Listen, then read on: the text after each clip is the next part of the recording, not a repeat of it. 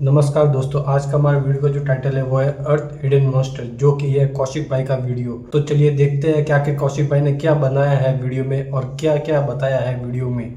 चलिए वीडियो शुरू करते हैं। 1918 पहला विश्व युद्ध अपने सबसे खतरनाक दौर में चल रहा है। अटलांटिक ओशन के बीचों बीच अमेरिकी नेवी का विशालकाय युद्धपोत यूएसएस सिक्लोप्स एक सीक्रेट मिशन पर आगे बढ़ रहा है। इसका काम साफ है, जर्मन सबमरीन्स को ढूंढना और खत्म करना। यूएसएस सिक्लोप्स कोई आम शिप नहीं है, ये एक पावरफुल डिस्ट्रॉयर है जिस पर सैकड़ों अमेरिकी सैनिक सवार है, जो अभी नहीं जानते कि उनका ये सीक्रेट मिशन एक दिन एक डरावने तरीके से खत्म होगा, जहां ये सब समुद्र में हमेशा के लिए गायब हो जाएंगे। जिसकी शुरुआत होती है सिक्लोप्स शिप के अचानक रडार से गायब होने से। काफी समय तक यूएसएस सिक्लोप्स और उसके लगभग 300 क्रू मेंबर्स को ढूंढने का सर्च अभियान चालू रहता है, लेकिन किसी के हाथ भी कुछ नहीं लगता। जिसके बाद थियरीज बनने लगती है कि शायद जहाज किसी और डायमेंशन में चला गया है। ऐसा हो सकता है कि ये गहरे पानी में डूब गया, लेकिन सबसे डरावनी बात यह है कि ना कोई मलबा मिलता है, ना कोई गवाह, ना एक भी सर्वाइवर। 309 लोग मानो हवा में ही गायब हो गए।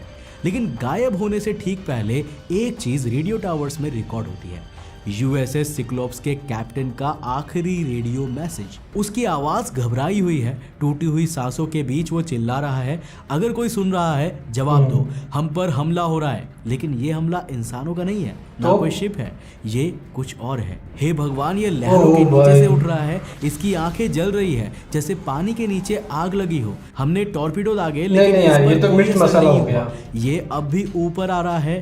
नहीं नहीं, ये जहाज को तोड़ रहा है। और उसी पल सिग्नल कट जाता है। उसके बाद ना रेडियो ना सिक्लोप्स, कुछ भी कभी वापस नहीं आता। करीब एक सदी तक ये कहानी सिर्फ एक डरावनी स्टोरी बनी रहती है। लेकिन फिर साल 2017 में जब यूएस नेवी समुद्र के तल की एडवांस मैपिंग कर रही होती है, तब अटलांटिक ओशन के लगभग 2000 मीटर गहराई में एक साया दिखाई देता है। वो यूएसएस सिक्लोप्स का मलबा था। पर जो नेवी को वहां दिखता है वो किसी नॉर्मल शिपरेक जैसा बिल्कुल नहीं था, क्योंकि उसे देखकर साफ साफ पता चल रहा था कि ये जहाज किसी टक्कर से नहीं डूबा था, बल्कि पूरे जहाज पर ऐसे निशान थे जैसे किसी ने उसे एक ही झटके में दबाकर तोड़ दिया हो। सिक्लोप्स बड़ा मॉन्स्टर था क्या? में बटा पड़ा था। इसके अलावा उसकी मोटी स्टील प्लेट्स और विशाल दांतों जैसे जरूर बता के जाइएगा। हर बाइट मार्क इतना बड़ा था कि उसके अंदर एक पूरी कार समा जाए। लेकिन सबसे भयानक बात थी, पूरे जहाज में एक भी इंसानी कंकाल नहीं मिलता। सब कहाँ गए? कोई हड्डी। सभी लगभग 300 लोगों की बॉडीज वहां से गायब थी, या शायद खा ली गई थी। उस मॉन्स्टर का शिकार बन चुकी थी जिसने यूएसएस सिक्लोप्स पर हमला किया था। पर आखिर यूएसएस सिक्लोप्स पर हमला करने वाला वो जीव था क्या? और क्या सच में इस तरह के मॉन्स्टर जैसे बड़े जीव पृथ्वी पर एग्जिस्ट करते हैं? तो जवाब शायद ही करते होंगे। अभी तो कोई नहीं हमें जाना होगा इन जायंट मॉन्स्टर सी क्रिएचर्स के घर कहे जाने वाले साउथ पोल के अंटार्कटिक ओशियंस में। क्योंकि जैसा मैंने इंट्रो में कहा कि दुनिया भर के रास्ते में वही दफन है, जिसके कारण समुद्र में रहने वाले नॉर्मल जीव भी वहां जायंट मॉन्स्टर लाइक क्रिएचर्स में बदल जाते हैं। और अगर आप अंटार्कटिक आइस शीट के नीचे छिपे समुद्र को किसी तरह देख पाते, तो आपकी आंखों के सामने पानी के अंदर एक ऐसी दुनिया होती जिसमें आपको कई डरावने जायंट सी क्रिएचर्स दिखते। जी हाँ, वही सी क्रिएचर्स जिन्हें कभी हम मिथ समझते थे, वो यहाँ पर जिंदा है।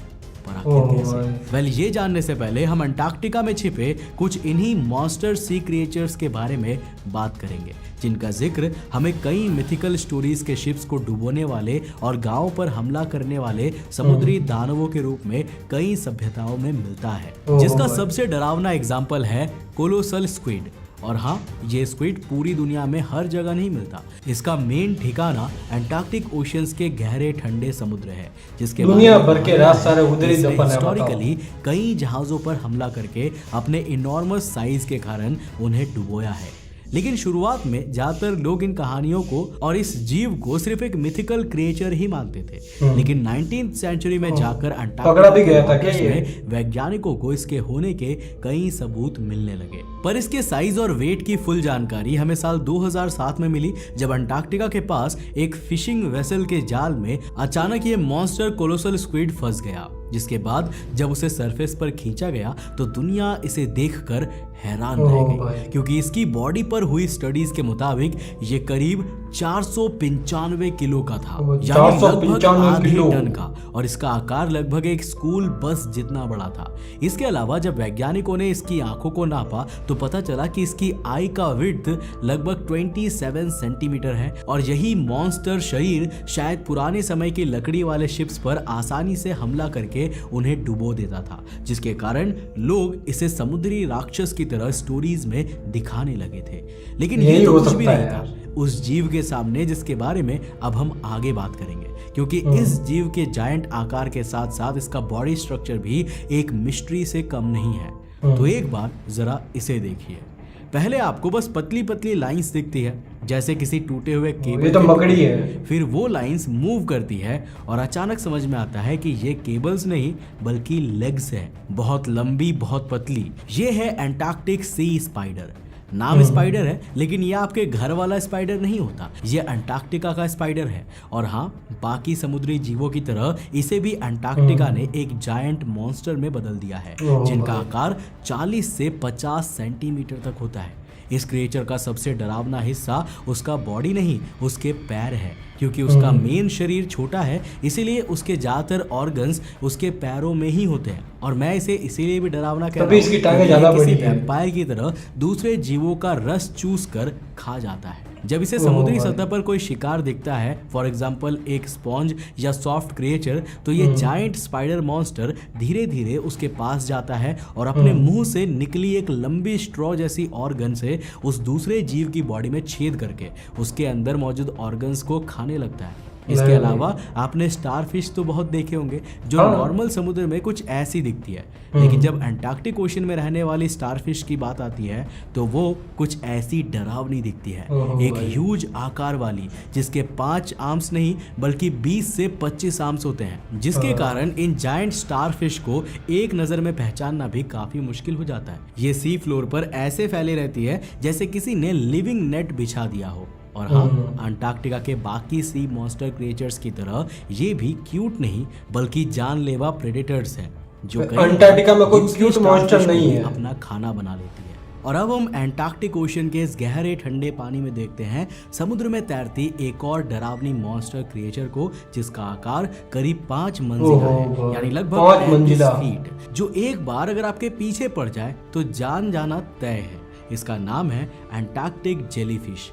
और हाँ, समुद्र के बाकी हिस्सों में यूजुअली जेलीफिश कुछ सेंटीमीटर की होती है, वहीं अंटार्कटिका में एवोल्यूशन ने बाकी जीवों की तरह इसे भी कई गुना बड़ा और डरावना शिकारी मॉन्स्टर में बदल दिया है। और अब जब हमने अंटार्कटिका में मौजूद इन जायंट मॉन्स्टर सी क्रिएचर्स को देख ही लिया है, तो मुझे यकीन है मेरी तरह आपके मन में भी एक सवाल आया होगा कि आखिर ज्यादातर ये जायंट सी क्रिएचर्स अंटार्कटिका के रीजन में ही क्यों मौजूद है। आखिर अंटार्कटिका में इन जीवों के यही साथ सवाल ऐसा मेरा क्या है। हुआ जिसके कारण ये अपनी स्पीसीज के दूसरे रिलेटिव्स से इतने बड़े जायंट्स में बदल गए। तो अंटार्कटिका में सी एनिमल्स के इस तरह से जायंट बनने की प्रक्रिया को कहा जाता है पोलर जाइगेंटिज्म।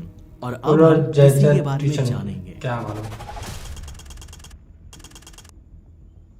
तो एंटार्क्टिक ओशन का टेम्परेचर लगभग -1.9 डिग्री सेल्सियस के आसपास रहता है। फिर भी यहाँ समुद्र पूरा जमता नहीं है। वजह सिंपल है, समुद्री पानी में नमक होता है और नमक पानी के फ्रीजिंग पॉइंट को कम कर देता है। मतलब यहाँ आप ऐसे पानी को देख रहे होते हैं जो 0 डिग्री सेल्सियस पर भी बर्फ नहीं बनता। इसलिए इतनी ठंड में जहाँ सर्वाइवल इतना मुश्किल है, फूड हर समय नहीं मिलता, तो हमें लॉजिकली लगता है कि यहाँ एनिमल्स को छोटा होना चाहिए ताकि एनर्जी बचे। लेकिन फिर अंटार्कटिका में ये जायंट सी मॉन्स्टर क्या कर रहे हैं? इसके लिए पहले हमें अंटार्कटिका के एनवायरनमेंट को समझना होगा। पानी के अंदर ऑक्सीजन हवा की तरह फ्री नहीं होती, वो डिसॉल्व्ड ऑक्सीजन बनकर वाटर में घुली रहती है। और फिजिक्स का रूल सिंपल है, कोल्ड वाटर वार्म वाटर से ज्यादा डिसॉल्व्ड ऑक्सीजन होल्ड कर सकता है। मतलब अंटार्कटिका के आसपास का ठंडा ओशन एक तरह से ऑक्सीजन रिच एनवायरनमेंट बना देता है। अब दूसरी बात भी उतनी ही जरूरी है, ठंड में बॉडी का मेटाबॉलिज्म स्लो हो जाता है, यानी शरीर की एनर्जी बर्निंग स्पीड कम, मूवमेंट स्लो और ऑक्सीजन की डिमांड भी कम। जब सप्लाई ज़्यादा हो और डिमांड धीमी, तब कुछ एनिमल्स में एनर्जी सेव करने का प्रोसेस स्टार्ट हो जाता है, जो समय के साथ साथ उनका साइज बढ़ाता जाता है। लेकिन फिर भी यह पूरी तरह अंटार्कटिका में जीवों के इन मैसिव आकार तक पहुंचने को एक्सप्लेन नहीं करता, क्योंकि इसमें एक इम्पॉर्टेंट रोल अंटार्कटिक एनवायरनमेंट की लॉन्ग टर्म स्टेबिलिटी भी निभाती है। क्योंकि देखो, अंटार्कटिका के एनवायरनमेंट में पृथ्वी के दूसरे हिस्सों की तरह ड्रामेटिक चेंजेस नहीं दिखते। फॉर एग्जाम्पल, यहाँ एवरेज ओशन टेम्परेचर सर्दियों में भी करीब 0 डिग्री सेल्सियस तक रहता है और गर्मियों में भी। इसके अलावा इस बड़े शरीर होने से अंटार्कटिक की इन ब्रूटल कोल्ड कंडीशन में सर्वाइवल एडवांटेज भी मिलता है, क्योंकि अब बड़ा शरीर गर्मी को भी थोड़ी देर तक होल्ड कर सकता है और एनर्जी स्टोर भी कर सकता है। ये भी एक कारण है जिसके चलते अंटार्कटिका में रहने वाले मोस्टली सी क्रिएचर्स जायंट सी मॉन्स्टर्स में बदल जाते हैं। लेकिन अब इस कहानी का सबसे डरावना पहलू शुरू होता है, क्योंकि जिन एलियन लुकिंग जायंट जीवों को अंटार्कटिका में हम देख रहे हैं ना, वो अब एक बड़े खतरे में है, जो उनका इस प्लैनेट से नामो निशान मिटा सकता है। देखो, जब आप अंटार्कटिका के इस दुनिया के बारे में सोचते हैं जहां समुद्र के जीव नॉर्मल साइज से कई 100 गुना बड़े हो चुके हैं, तो असली डर ये नहीं है कि वे डरावने हैं या उनसे हमें खतरा है, बल्कि असली डर ये है कि कहीं हम अनजाने में उन्हें खत्म ना कर दें। हाँ, इनके भविष्य में पृथ्वी से एक्सटिंक्ट होने का सबसे बड़ा कारण हम इंसान ही होंगे, आप, मैं और हम सब, वो भी बिना हमें रियलाइज हुए।